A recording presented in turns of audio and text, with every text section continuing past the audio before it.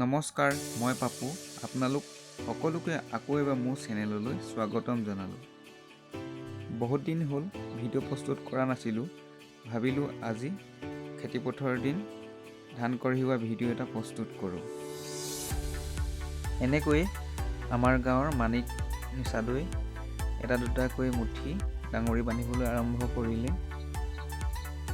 যিহেতু ডাঙৰি বান্ধি হোৱা নাছিলে, সেইকাৰণে আমি অলপমান দেৰি আড্ডা মাৰিলোঁ সকলো মিলি।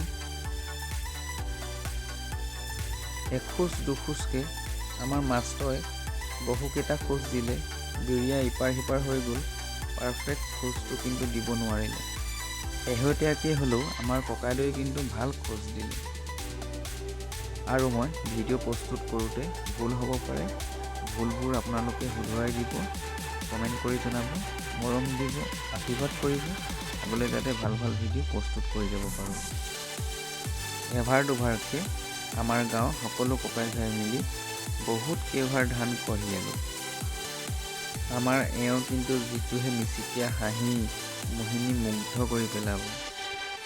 এইখন হৈছে MG, মানে শিৱসাগৰ মৰাণ গাঁৱৰ কথা কৈছোঁ। একতা এনাজৰীৰে বন্ধা এখন মৰমৰ আমাৰ হৈছে ট্ৰেইন। এইজনক মন কৰিছেনে?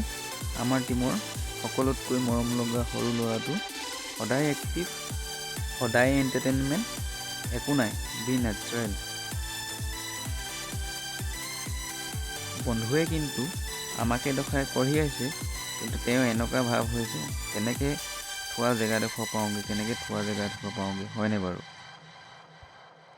ধেমালি কৰিছোঁ, সকলোকে কৈছোঁ জীৱনটো দুদিনীয়া, সকলোৱে মিলা প্ৰীতিৰে থাকক, সকলোকে মৰম কৰক আৰু নিজক সময় দিয়ক, আৰু আমাৰ একতা এনাজৰীডাল সবল কৰি ৰাখক। আৰু ইয়াৰ মাজতে কওঁ, আমাৰ অসমৰ গৌৰৱ সাৰ্থক জুবিন দা, যিহেতু ন্যায় বৰ্তমানলৈকে পোৱা নাই, সকলোৱে লাগি থাকক। ছ'চিয়েল মিডিয়া যিহতেই নহওক, সকলো দিশতে সকলো লাগি থাকক। জাষ্টিছ ফৰ জুবিন গাৰ্গ, জয় আই অসম। বাৰু যি কি নহওক, আমি য'ৰ পৰা ধান কঢ়িয়াই আছোঁ, অলৰেডি ধান কঢ়িয়াই হৈ গ'ল। য'ৰ পৰা আনিছোঁ সেইখন হৈছে আমাৰ গাঁও 10 পথাৰ, আৰু ধান কঢ়িয়াই হৈ গ'ল। এতিয়া গাড়ীত লোড দিয়া সময়। আমাৰ মাষ্টৰে কিন্তু ভাল দলি মাৰিছে।